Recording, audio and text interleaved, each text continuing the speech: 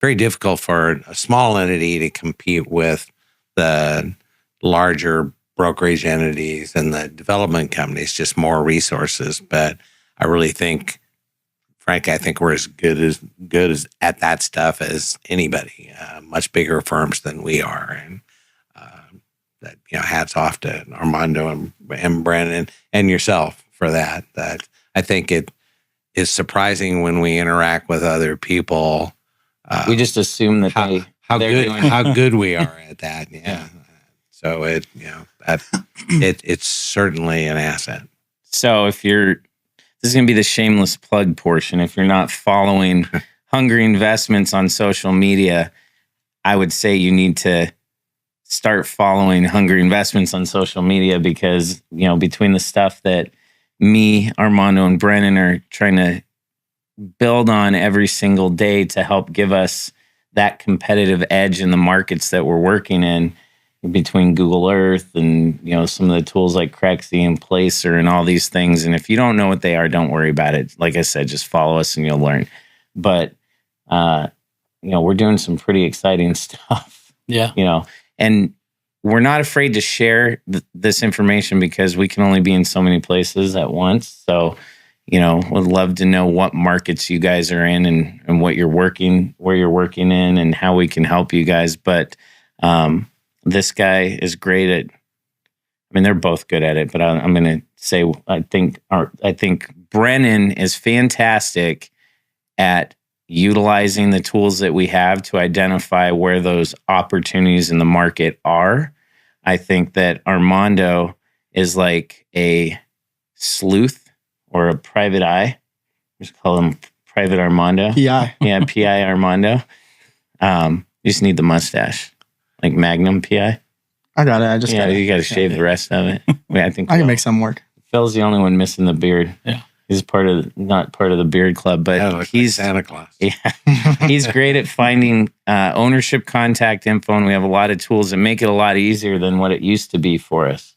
We used to live on the People Search, the Corporation Commission, and then have to figure out a way to find phone numbers. A lot of door knocking.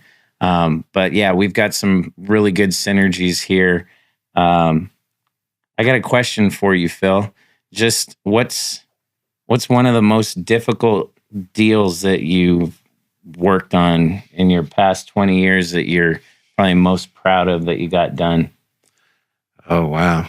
Long, actually quite a few of them, but with the same types of issues. I think what we face in today's world, number one, everything just takes forever. Particularly post-COVID, that has changed the way that people go to work. I think it's changed their actual work ethic.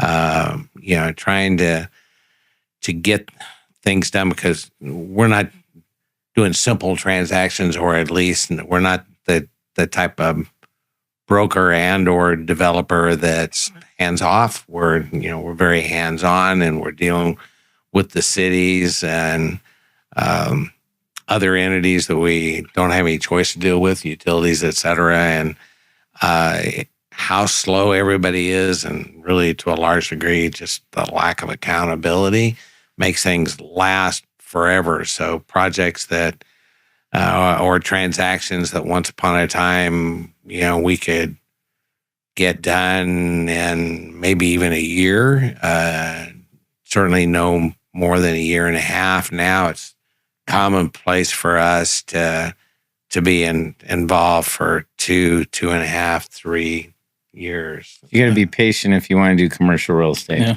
18 to 24 months. So and I think as I touched on earlier, a lot of people will go away over the course of things and ultimately won't get something done. The real key is staying with it, doing the work, finding out, solving the problems. Much of what we do is problem solving. So I wouldn't want to pick one. I've got multiple that I've said when we get done, I really feel good about that. That was, and even myself, there's transactions that we're doing, we're going to work really hard on. But if I were a betting person, I'd bet we're not going to get there. But stay with it and you get it done, and then you accomplish what it is you're trying to do. I got one of those deals when I worked with Darla and got that McDonald's deal done on Bethany Home. The fact that it's one of the top 5 performing McDonald's in all of Phoenix. Yeah, you feel good about that. Oh yeah, that's anyone says, "What's your favorite deal?" That one. Yeah. I think the most amazing thing we did was a transaction in Tuba City, Arizona, way up north, surrounded by the reservation. And I don't know if I've ever even heard of Tuba City. It's not, unless you're going to Durango, it's probably not someplace you're going through. But pretty much everything that could work against you did. And when you're dealing with the tribes, it's like dealing with a foreign country. So lots of roadblocks, but that we did both a Dollar General and a AutoZone there, and both of them are very high performers. The AutoZone is an example I know from sales as a percentage of the projection holds a record for the highest percentage over projection ever. For AutoZone? Yeah. Oh, that's fantastic. Yeah. So you feel good about those. Yeah. When somebody tells you can't possibly get it done. And you get it done and it's one of the best stores. Against all odds. Yeah. So along the whole patience thing, I know Armando struggled with that because it was 18 months before we really got the pipeline going. Yeah, to go from 14 days to 18 months is it's a change for sure. But I think from my perspective, what kind of changed my mind about, this is taking forever, is it going to work, is just the time I put into it, the people I've been able to meet, the things I've been able to learn. It's tenfold, and money comes where you put effort. I trust you guys. We went 18 months. We went 18 months. You had a sidebar conversation with me, am I doing something wrong? What can I do? How can I help get things going? I'm like, dude, just stay the course. And then what happened at the beginning of the year?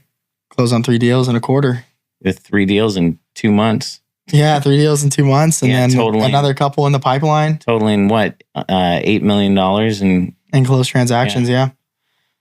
Comes quick. Yeah. It's just that exponential curve of growth, And I mean, in the beginning too, we started with no software, just anything free we could get our hands on. We were bootstrapping it a little bit just to be cautiously optimistic. Right. And also with how our offers have changed and the type of properties we're looking at. Much different. We've gone to, a shooting range of this to now a very precise target. 3 buy boxes. Exactly. And, whenever it went from, I'm in commercial real estate, when talking to people, now it's about, I'm able to tell someone exactly what we're looking for, what our process is. What do we look for? We're looking for, we have 3 buy boxes. Number 1 is going to be dirt and vacant properties that we can. Dogs. Yeah. Hey, you said digging for bones. I'd say digging for gold. What do we say? Retail is the best tale? It is.